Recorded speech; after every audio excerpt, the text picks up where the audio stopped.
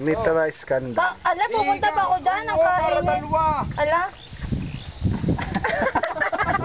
Galit, nagpipinitin siya. Narin ka ga. Hindi na makita eh. Ayun. Okay, ang pangit mo. Pagdidilimang panahon yan. Kainit kaya. Matagal naman isa. Video yan? Video yan? Video yata. Ilalagay sa YouTube. Anong pamagat? Anong pamagat? Hindi naman makatindo. Anong pamagat? Anong pamagat? Hindi ko alam. Hindi ko alam ang lugar. Dali, marami pa ako.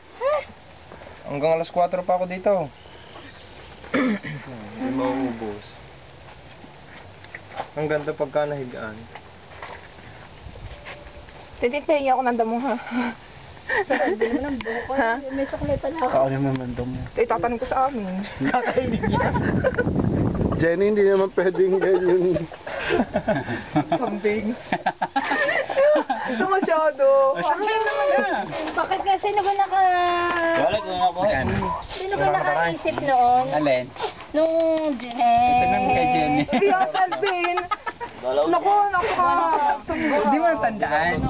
Nung tayo nagpunta sa bundok. Nung tayo pumunta sa bundok niya sa Hindi. Dito Hindi sa amin. Parang dito.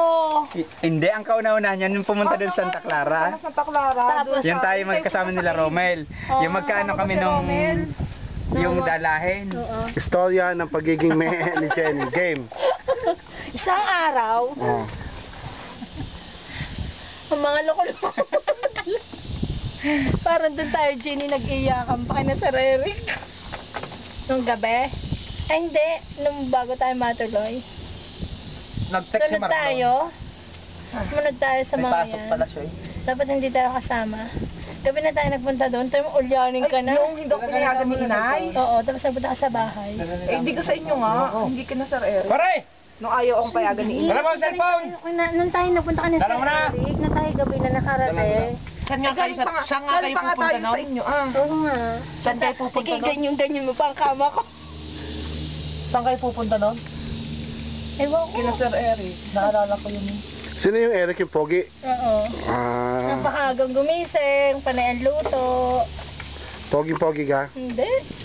Long hair. Sobra. Ano sabi ni Marlon? Nandito daw.